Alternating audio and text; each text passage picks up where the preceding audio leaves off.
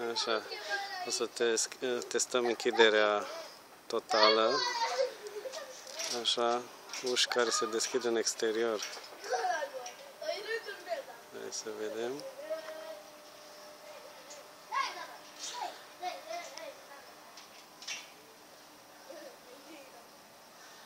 De silențioasă, nu? Da, ai treabă. Așa, are un timp de închidere totală. Probabil că timpul ăsta mai trebuie să-l setez un pic. Da.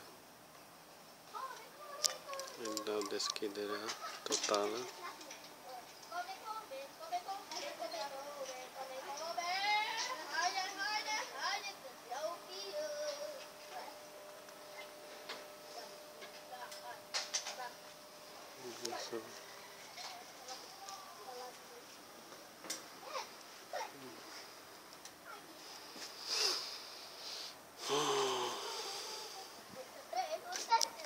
S-a deschis total.